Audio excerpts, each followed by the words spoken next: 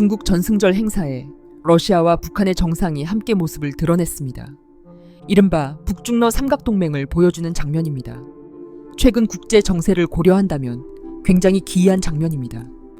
왜냐하면 푸틴은 불과 얼마 전 알래스카에서 트럼프 대통령을 만나 러우 전 종전과 함께 각종 이권 사업을 논의했습니다. 트럼프의 미국과 푸틴의 러시아는 비공식 동맹과도 같습니다. 트럼프는 바이든 시절부터 우크라이나 지원을 강력히 규탄하며 오히려 푸틴을 두둔해 왔습니다. 그 배경에는 에너지 사업이 있습니다. 트럼프는 러시아 국영 에너지 기업들의 막대한 지분을 보유하고 있습니다. 미국과 러시아 두 국가는 표면적으로는 대립 구도지만 이권 관계로만 본다면 트럼프와 푸틴은 이해를 공유하는 경제 공동체인 것입니다. 북한의 중국 방문도 의아합니다. 김정은 집권 초기의 기조는 강력한 반중이었습니다. 그는 북한 기득권 내에 포진한 친중 인사를 대거 숙청했고 장성택 라인의 제거는 그 대표적인 사례였습니다. 대한민국보다도 오히려 더 강력한 반중 국가가 북한이었습니다. 김정은과 김여정이 구심점이 된 노동당은 여전히 반중의 기류를 지니고 있습니다. 동시에 트럼프는 김정은과의 간접적인 교류를 이어가며 미국은 북한을 상대로 유화책을 모색해왔습니다. 향후 미국의 북한 경제 개방 구상에서 김정은은 핵심 키맨으로 꼽혀왔기에 트럼프에게 김정은은 반드시 관리해야 할 존재였습니다. 그런데 이번에 김정은은 자신의 딸까지 동반해 베이징을 찾았고 중국 전승절 행사에 공식적으로 모습을 드러냈습니다. 김정은과 푸틴은 미국과의 정치 외교적 역학을 아예 무시한 듯 이번에 베이징을 찾아 시진핑과 어깨를 나란히 했습니다. 그런데도 미국은 그 광경을 조용히 지켜보고만 있었습니다. 시진핑은 반미 연대의 완성을 외치며 우쭐거렸습니다. 어떻게 이런 일이 가능했을까요? 그 이유는 의외로 단순합니다. 그 배경에는 각국의 경제적 이해관계가 깔려 있습니다. 그리고 그 이익 속에는 미국도 깊숙이 얽혀 있습니다. 사실 미국의 암묵적 용인이 없었다면 김정은의 중국 방문은 불가능했을 것입니다. 푸틴 역시 마찬가지입니다. 국제 제재와 감시 속에서 그가 중국을 향해 그렇게 당당히 움직였다는 사실은 이미 미국과의 사전 조율이 있었다는 것을 방증합니다. 겉으로는 반미 구호가 울려 퍼졌지만 그 이면에는 미국과의 보이지 않는 손길이 작동하고 있었던 것입니다. 우선 러시아를 살펴보겠습니다. 러시아의 최대 수출 품목은 에너지입니다. 그리고 러시아 국영 에너지 기업에는 트럼프의 지분도 포함되어 있습니다. 유럽 시장은 전쟁과 제재로 급격히 닫혔습니다. 러시아는 더 이상 서쪽에 기대 설 수 없게 되었습니다. 남은 길은 동쪽, 즉 중국입니다. 천연가스 파이프라인이 닿는 곳이 곧 외교의 무게중심이 됩니다. 베이징에서 발표된 합의가 이를 보여줍니다. 기존 파이프라인인 시베리아의 힘의 공급량이 증량되었고 몽골을 경유하는 새로운 시베리아의 힘2 노선 건설 문서도 체결되었습니다. 가격과 일정은 남았지만 러시아가 잃어버린 유럽 시장을 중국으로 대체하려는 장기 노선은 이미 굳어진 셈입니다. 원유도 마찬가지입니다. 중국은 지난해 러시아산 원유를 가장 많이 수입한 국가였으며 올해에도 흐름은 이어지고 있습니다. 러시아가 할인된 가격에 공급하는 원유와 가스는 중국 정유 산업의 수익성과 직결됩니다. 서방의 제재로 주춤하던 LNG도 결국 중국 항구에 도착하기 시작했습니다. 러시아의 수출 구조가 실질적으로 중국에 의존하고 있음을 보여주는 사례입니다. 중국에게도 러시아는 필요합니다.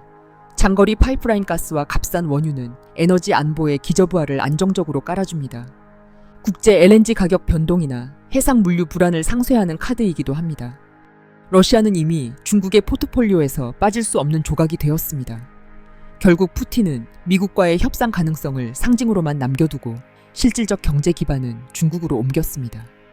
앞으로 러시아의 외교와 경제는 중국의 정제 전력 수요 그리고 파이프라인 건설 진척 속도에 따라 움직일 것입니다.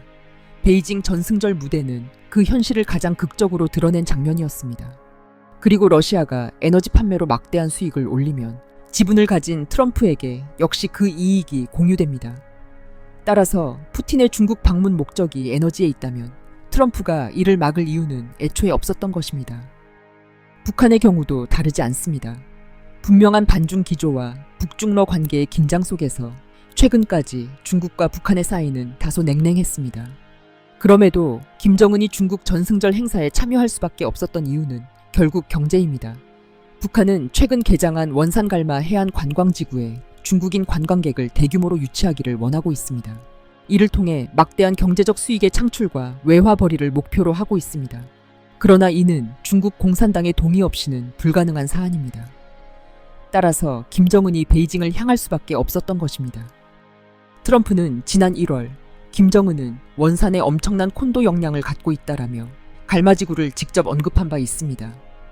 따라서 이번 김정은의 행보는 향후 원산을 배경으로 전개될지도 모를 트럼프의 사업과 무관하지 않아 보입니다.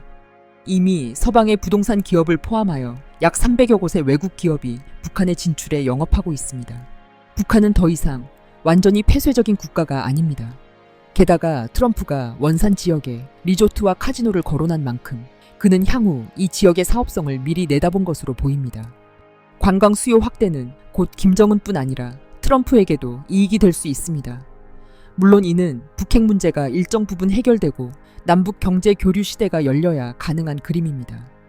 하지만 지난 2024년 빅터 차 석좌가 다음 대통령이 누구든 통일은 갑자기 찾아온다 라고 발언한 점을 고려할 때 그 시점은 생각보다 머지않을지도 모릅니다.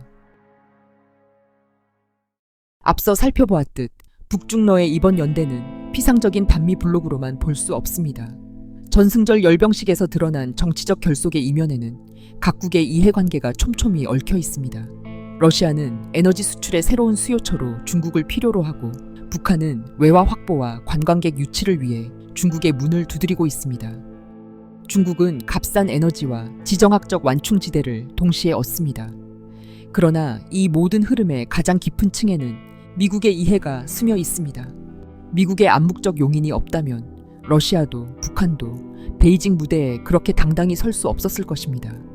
이번 북중러 삼각 구도는 1차원의 축이 아니라 미국까지 포섭한 다층적 구조의 산물입니다. 아이러니하게도 반미를 외쳤던 그 무대조차 결국은 미국의 이해와 맞물려 돌아가고 있었습니다. 그것이 지금 우리가 목격하고 있는 국제정치의 진짜 얼굴입니다. 한국은 대통령이 아닌 국회의장이 전승절 행사에 참석했습니다. 서방 국가 가운데 유일한 사례였습니다.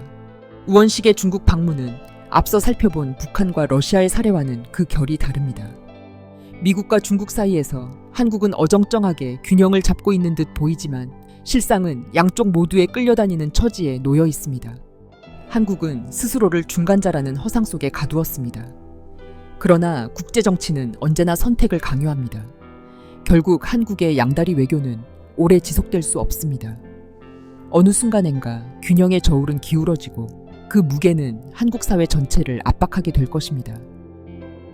시청해주셔서 감사합니다.